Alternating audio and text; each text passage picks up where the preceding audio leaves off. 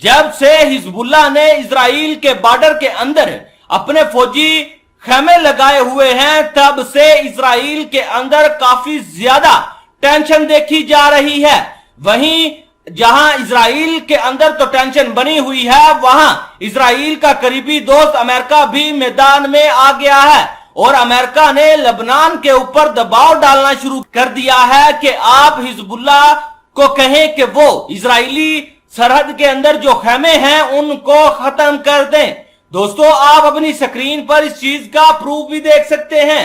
America का Lebanon पर Israeli सरहद के करीब हिजबुल्लाह के ठिकाने खत्म करने का दबाव।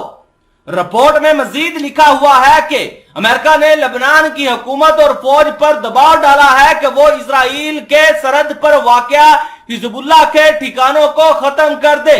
न्यूज वेबसाइट ने अपनी रिपोर्ट में अमेरिकी और इजरायली हुकाम के हवाले से बताया कि हिजबुल्लाह ने कई हफ्ते कबल सरहद पर इजराइल की जानिब एक चौकी कायम की थी।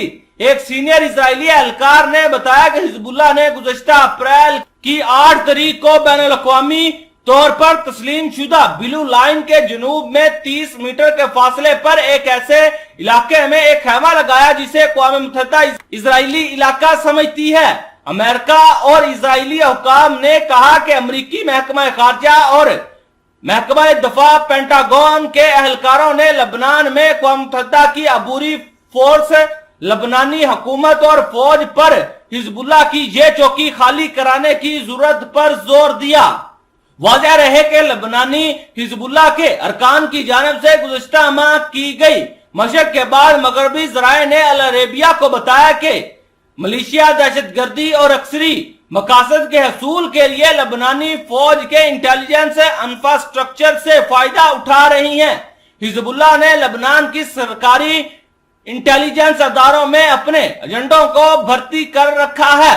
वाज़ेह रहे कि जुलाई 2006 में लेबनान के खिलाफ इजराइल की तरफ से शुरू की जाने वाली जंग के बाद से ज्यादातर लेबनानियों ने हिजबुल्लाह पर सख्त तनकीद की है।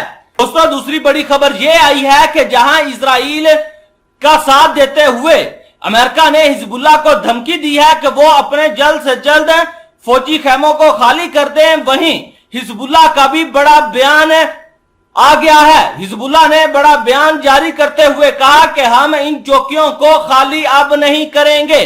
अगर किसी ने भी ऐसी हमाकत की और हमारे फौजी चौकियों पर हमला करने की कोशिश की तो इजराइल और अमेरिका को इसका सख्त रद्द अमल का सामना करना पड़ सकता है। दूसरी जानिब इजरायली फोर्सेस भी इस चीज से काफी ज्यादा परेशान है।